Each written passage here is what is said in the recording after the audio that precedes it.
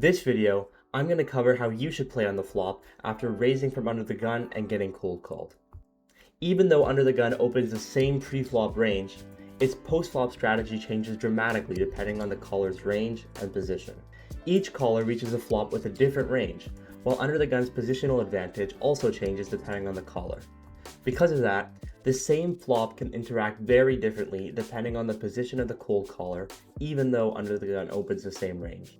I'll be using GTO Genesis flop reports to figure out which board favors each player, which boards under the gun bets most frequently and checks most frequently, and we'll use equity graphs to separate range advantage from nut advantage and how that impacts the under the gun c-betting strategy. First, let's take a look at a button cold caller. Even though under the gun contains more absolute strength hands pre-flop, the button's calling range is much tighter and more filtered. The button has already folded many of the weaker hands that are still included in the under the gun's opening range, which means the average hand in button's range can have more equity on many flops, even though under the gun remains uncapped and still has more combinations of hands like aces and kings. This is why having the strongest individual hands does not automatically allow under the gun to bet at a high frequency. Under the gun is still out of position against a tight range. Let me quickly take a look at the flop reports now and show that under the gun is actually checking almost 3/4 of the time on the flop. This is because the button has an equity advantage on flops that are not ace or king high, except for queen jack 10 specifically, because under the gun has more ace king. This results in under the gun checking 90% of 9 high or lower flops. We can see that they are checking almost 90% of the time and using a bigger size 10% of the time. This bigger size is typically used on trip boards or paired boards where under the gun can still have more of those over pairs. If we take a look at the queen high, jack high, and 10 high flops,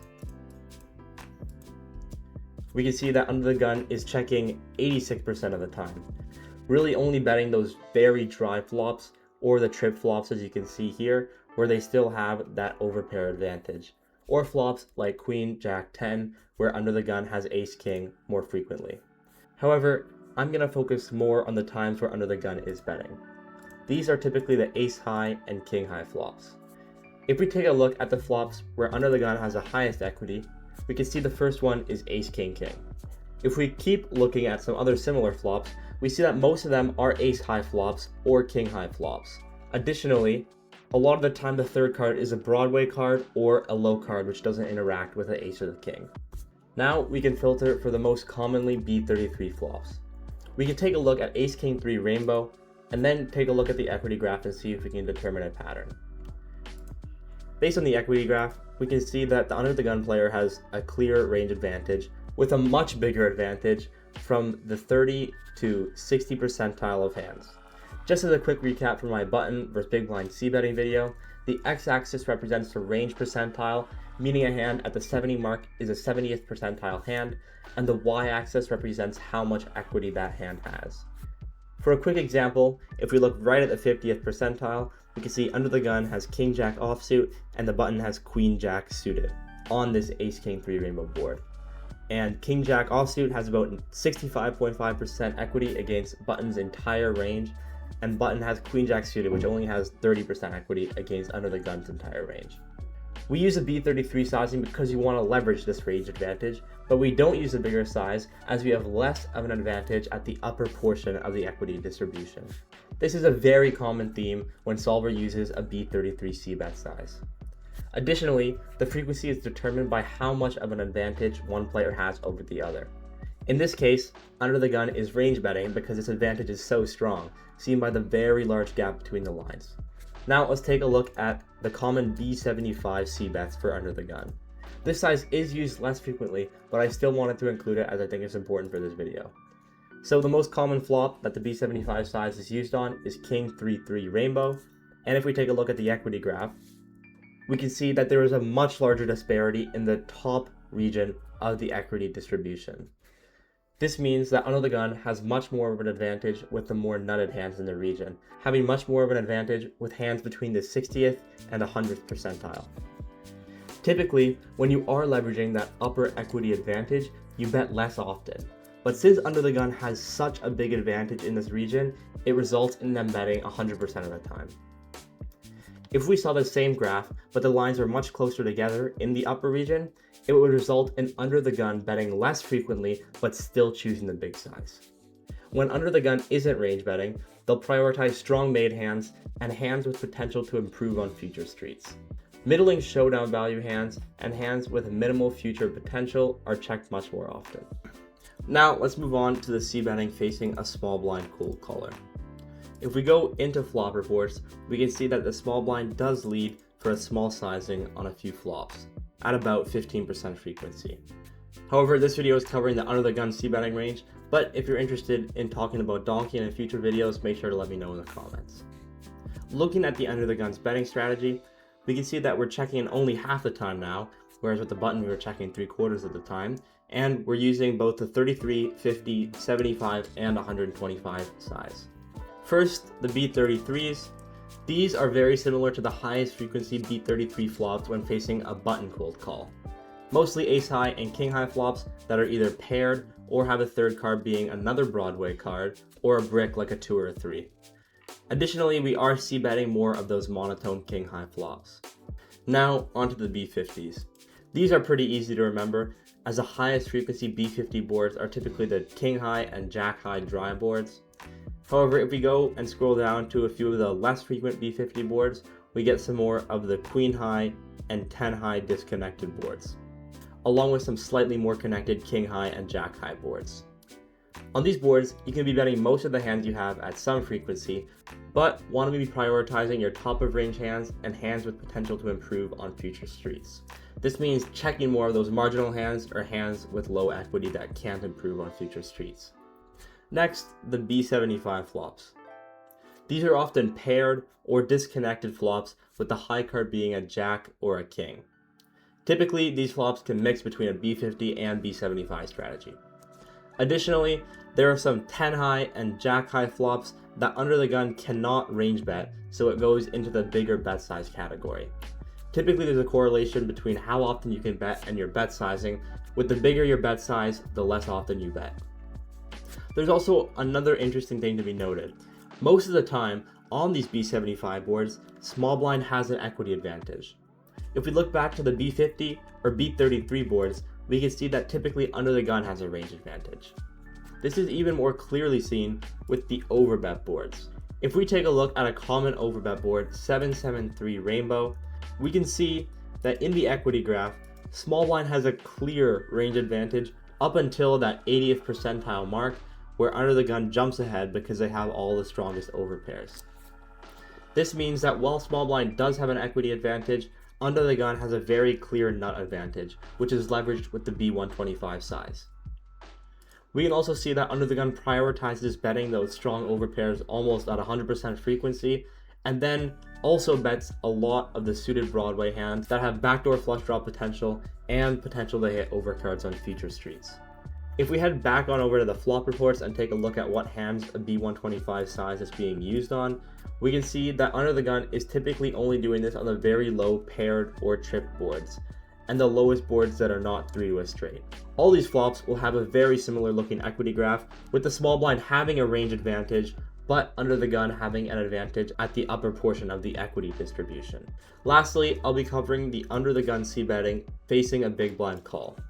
This one is going to be the most different, as big blind is now calling a much wider range than small blind or the button. If we go into the flop reports, we can see that big blind does have 10% donking frequency, but I'll be taking a look at under the gun, and under the gun is now betting 33% and 50% much more often, and not really using the overbet or 75 size as frequently. In practice, it's okay to simplify your strategy to only include B50 and B33, and then move any of the B75 boards into your B50 strategy. Looking at the most common B33 boards, we see the same patterns as before, with most of the same hands that were picked for the B33 sizing against the button or small blind also being used for this sizing against the big blind. The main difference is that now you can use this sizing on more boards, as you have a stronger range advantage because the big blind is calling a wider range. When looking at the highest frequency B50 flops, we can see that they're usually flops where the under the gun has a strong range advantage, but there are many more draws available for the big blind. These can be open-enders, gut shots, or flush draws, but on the B50 boards, typically there are two more connected cards, and the flop is often two-tone. You can see this with any example, say the 10-9-3 two-tone board. There are plenty of draws that big blind can have on this board, and we also still have a range advantage, so we want to push our equity against the big blind. However, the same heuristic is the case, where since we're not range betting, we have to be slightly more picky with the hands that we see bet. This results in us checking more middling strength hands and betting those strong hands more often and hands that have future potential to improve. I'm going to go into the trainer and showcase my thought process when c-betting after getting cold called from under the gun. But before that, just as a quick rundown, against a button, under the gun is out of position and against the tight range, so it checks much more frequently and mainly favors the ace-high or king-high flops. Against a small blind, the under the gun is in position and can bet more often with a range of different sizes. Against the big blind's wider range, under the gun has the largest range advantage and c-bets most frequently, typically preferring a B33 or B50 size. Now I'll head on over into the trainer and I'll practice for 10 hands with the configuration that I want. You can check this out on GTO Genesis for yourself and practice spots that commonly come up in your games. Right now I want to practice flop in a single raise pot, and I'm only going to be practicing c-betting, so I can select the c-bet option. I'll do 10 hands from under the gun facing any of these cold callers. We can see against a big blind, ace king 5, I have a very strong range advantage and I expect to be betting very frequently, if not always, on this board. We can see if we go into strategy that I'm betting about 85% of the time, and I can use all three sizes as I have a clear range and nut advantage on this board. On a 7-6-5 two-tone, I think while my hand looks very nice, I'm going to be checking more often on this board as it favors the big blind's range. We can see it's actually pretty close between checking and betting 33%, but I am checking most of the time on this board specifically. With pocket eights on 9-9-5, I think big blind has plenty of nines in his range, so we won't be using a bigger size. So I'll be using a 33 or check and doing it about half the time I expect. If we take a look at the strategy, we can see the 33% size is used definitely the most often. That's because the big blind can have a lot more 9x than we have, so we can't be leveraging that nut advantage. With pocket jacks on 10-4-3, I think this is a board that we're not range betting, so we have to be using a bigger size on, and I expect my hand to be betting very frequently as I'm ahead of most of small blind's range and want calls from 10x. So I'll be using the B75 size. We see I'm actually checking almost 60% of the time, but the B75 size is correct.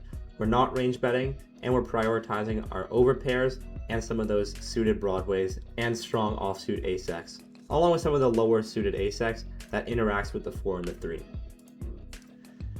On King 7-4, I think this is a board that I bet very often, but my hand specifically is probably the hand that I want to bet the least. I have decent showdown with ace queen, and I also have no club or heart in my hand. I am betting 33% of the time. We can see that my whole range is betting very often, but ace queen offsuit specifically with my combo is betting quite infrequently. Couple more hands. King jack offsuit. This is a similar board to that 10 high drive board, and I think I'm going to be checking fairly often with my offsuit hand. Check or overbet. I think the solver prefers an overbet when the top card is under a 10 and the other two cards are lower. I think this board is fairly frequently bet by me, but not a range bet, and I will be checking my hand this time. It's only actually betting about 50% of the time. King 10-7, I think my hand checks pretty often on this board. Small blind still has a lot of those suited Broadway hands that are doing very well on this board. You see my hand is typically checking, but if I did bet, I'd be using the 33% size.